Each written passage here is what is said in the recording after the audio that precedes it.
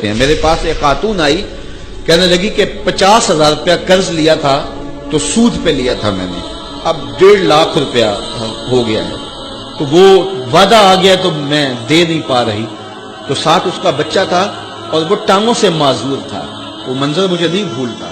تو کہنے لگی کہ آپ کسی کو بھیجیں اور دیکھیں ہمارے دروازے پہ وہ کھڑے ہوئے ہیں, کتنے صفاق لوگ ہیں, تو آپ نے کسی مجبوری کے تحت لیا ہوگا. تو کہنے لگی ہاں میں نے بیٹی کی شادی کرنی تھی, لوگوں کے گھروں کے برتن مانج کے میں نے کوئی جہیز کی چیزیں بنا لی تھی, لیکن وہ کہنے لگے 100 آدمی لے کے آئیں گے بارات میں, تو اس وجہ سے مجھے یہ قرض اٹھانا پڑا, باقی تو میں نے تیاری کر لی تھی. تو میں نے کہا آپ اپنے رشتہ داروں میں شادی کر لیتے جن کو آپ کا احساس ہوتا. تو اس نے مجھے کہا کہ جو بارات لے کے آیا وہ میرا سکا بھائی تھا.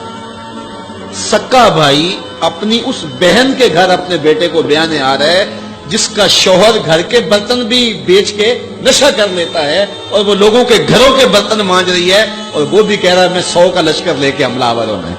اسے نہ شرم آئی نہ حیا آیا, اور اس نے لوگوں کے جو ہے وہ برتن مانج کر کے جہیز بنایا, پھر سود پر رقم اٹھائی, اور پھر اس نے ان کی 100 کے لشکر کی دعوت کی, اور وہ سمجھتا ہوگا کہ میں اپنی عزت بنا لی ہے. اور میاں تو 3 بندے لے کے آ جاتا اور کہتا کہ ہم کھانا کھا کے آئیں گے, آپ کے گھر سے چائے پیئیں گے. عرش کا رب اتنا راضی ہوتا کہ تجھے اتنا نوازتا کہ تجھے کوئی کمی باقی نہ رہے.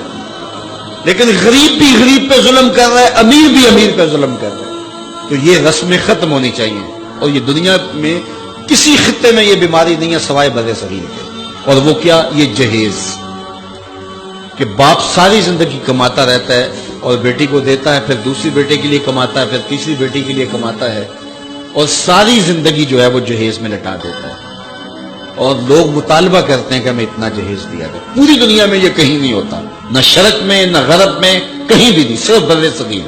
اور یہ ایک ہندوانہ رسم ہے, اور اس رسم کو ہم سینے سے لگایا ہوا ہے, اور اس پر اتنی سختی سے پابند ہے کہ دیکھا جاتا ہے کہ یہ چیز بھی ہونی چاہیے, یہ چیز بھی ہونی چاہیے, یہ بھی چیز ہونی چاہیے. جہیز کی باقاعدہ اشیاء ملتی ہیں, اور باقاعدہ جو ہے اس کے مطالبے, اس کی لسٹیں ہوتی ہیں کہ یہ ہمیں دیا جائے. بھلا کوئی جہیز سے بھی امیر ہوا ہے اور اس کے مسائل دور ہوئے ہیں؟ یہ بھی مانگنے کا ایک طریقہ ہے, اور پوری دنیا کے اوپر میں نے عرض کیا کہیں نہیں ہوتا, اور اسلام میں تو اس کی گنجائش ہی نہیں ہے. تحفہ آپ دے سکتے ہیں, لیکن وہ بھی ایک جو ہے وہ مخصوص دائرہ ہے. لیکن جب یہ سلسلہ ایک مرض بن جائے تو اس وقت اس سے بھی ان حالات کے اندر آپ کو گریز کرنا چاہیے, اور اس مصیبت سے بھی جان چھڑانی چاہیے کہ جو ہے وہ 1000 کا لشکر لے کر بیٹی والوں کے گھر حملہ آور ہوتے ہیں. کس نام پہ, کس وجہ سے؟